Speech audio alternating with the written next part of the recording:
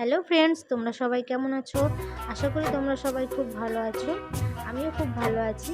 তো বন্ধুরা, কালকে ছিল রবিবার, একই ছুটির দিন, তার উপর ছিল লোকনাথ পুজো। তো রীতিমতো একটা নিমন্ত্রণ পেয়েই গেছিলাম। আমার বান্ধবীর বাড়িতে প্রতি বছরই হয়, তো আমাকে প্রতি বছরই বলে। তো সেই জন্য আমরা রেডি হয়ে, আমি আমার ছেলেকে স্নান টান করিয়ে খাইয়ে রেডি হয়ে আমি আর আমার বোন মিলে চলে গেছিলাম। গিয়ে দেখি পুজো এখনও শুরুই হয়নি।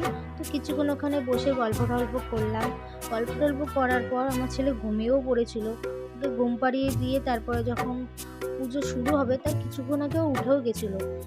তারপর আমি আমার ছেলেকে নিয়ে পুষ্পাঞ্জলি দিতে বসে পড়লাম।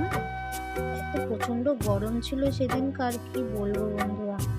তো পুষ্পাঞ্জলি দেওয়া হয়ে যাওয়ার পর আমরা খাওয়া দাওয়াও করে নিয়েছিলাম ওখানে।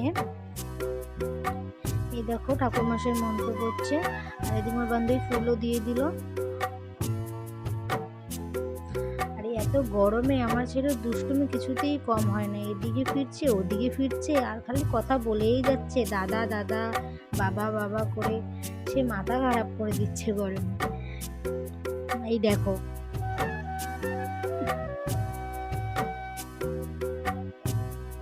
তো পুষ্পাঞ্জলি দেওয়া হয়ে যাওয়ার পর সবাই ফুলগুলো নিয়ে আমরা কুলোতে দিয়ে দিলাম। পরে সেটা বাবার ওখানে দিয়ে দেওয়া হবে, লোকনাথ বাবার পায়ে। তারপরে আমরা পুষ্পাঞ্জলি দেওয়া হয়ে যাওয়ার পর শুধু হাতে করজোড় করে প্রণাম করলাম। প্রণাম করে ওদিকে শান্তির জল ছিটিয়ে দিল। দেওয়ার পর এদিকে আমার ছেলেকেই ঠাম্মাটা দেখো আদর করছে। এটা আমার বান্ধবীর ঠাম্মা হয়। বান্ধবীর ঠাম্মা মানে তো আমারও ঠাম্মা। তো ঠাম্মাটা খুবই ভালো, খুবই ভালোবাসে আমাকে। তো এরপর আমি আমার ছেলেকে ঠাকুরের সামনে শুইয়ে দিলাম, কারণ ঠাকুরের কাছ থেকে আমি আশীর্বাদ চাইলাম, ঠাকুর আমার ছেলেকে যেন তুমি ভালো রেখো, সুস্থ রেখো। আশীর্বাদ চেয়ে নেওয়ার পর তারপর ঠাকুরমশাই আমার ছেলেকে আমার কোলে তুলে দিল।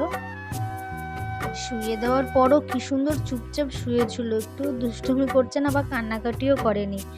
কিন্তু বন্ধুরা, পাশে যে ফুলের প্যাকেটটা ছিল, ফুলের প্যাকেটটা নিয়ে আমার ছেলে টানাটানি করছিল।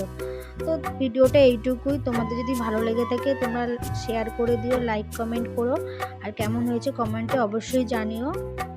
এখনকার মতো এইটুকুই, দেখা হচ্ছে আবার একটা নতুন ভিডিওতে। তোমরা সবাই ভালো থেকো, সুস্থ থেকো, টাটা।